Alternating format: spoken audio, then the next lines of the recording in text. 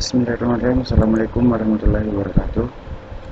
Perkenalkan, nama saya Muhammad Nur Fauzi dari UPTK 2018 dengan NIM 1629040032. Hari ini saya akan mempresentasikan sebuah poin, itu dampak IT dalam pembelajaran. Langsung saja. Perkembangan teknologi dalam dunia pendidikan. Dalam dunia pendidikan, perkembangan teknologi informasi sangat mempunyai dampak yang begitu positif. Karena dengan perkembangannya, teknologi informasi, dunia pendidikan mulai memperlihatkan perubahan yang cukup signifikan. Walaupun di balik kelebihan suatu pasti ada juga kekurangan yang tercipta. SD, SMP, SMA, bahkan saat kuliah banyak yang telah menggunakan teknologi khususnya. Bisa dilihat dengan materi-materi yang dibawakan guru atau dosen yang menggunakan media komputer yang dihubungkan oleh proyektor. Pembelajaran dengan perangkat IT. Dalam pembelajaran di masa kini yang kita masuki generasi 4.0 atau 4.0, itu bisa disebut dengan generasi milenial yang cakap akan teknologi informasi dan komunikasi. Maka dikenallah istilah pembelajaran e-learning atau blended learning. Nah, apa saja itu e-learning dan blended learning? Langsung ke pembahasan.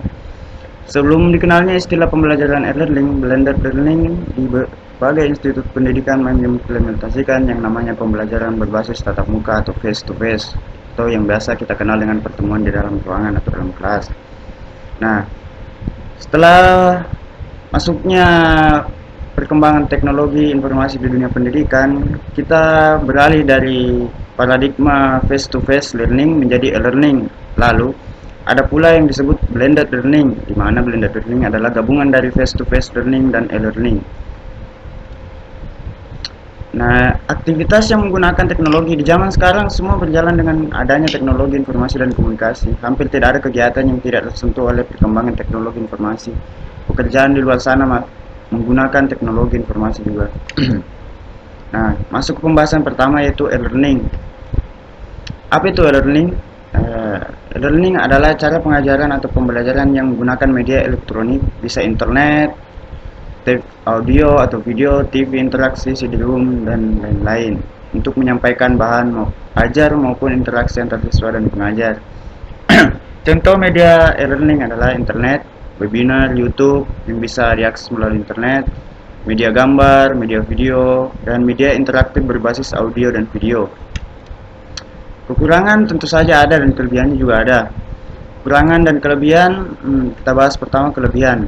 Bisa lakukan dengan kapan saja dan menghemat waktu. Tidak terkendala jarak, materi lebih interaktif karena menuntut tenaga pendidik untuk lebih kreatif. Kekurangan dari e-learning itu membutuhkan biaya yang besar untuk kuota akses. Persiapan materi bagi guru yang cukup ribet, sering terjadi layanan jaringan yang tiba-tiba lag atau hilang koneksi. Tiga kunci metode pembelajaran e-learning yaitu instruksi, di mana guru memberikan arahan akan tugas ataupun media pembelajaran yang akan disampaikan. Yang kedua, interaksi, adanya sarana komunikasi audio atau video untuk melakukan pembelajaran. Yang ketiga, evaluasi, penilaian akan kegiatan pembelajaran untuk memenuhi kriteria keberhasilan program dan siswa. Masuk materi yang berikutnya yaitu blended learning.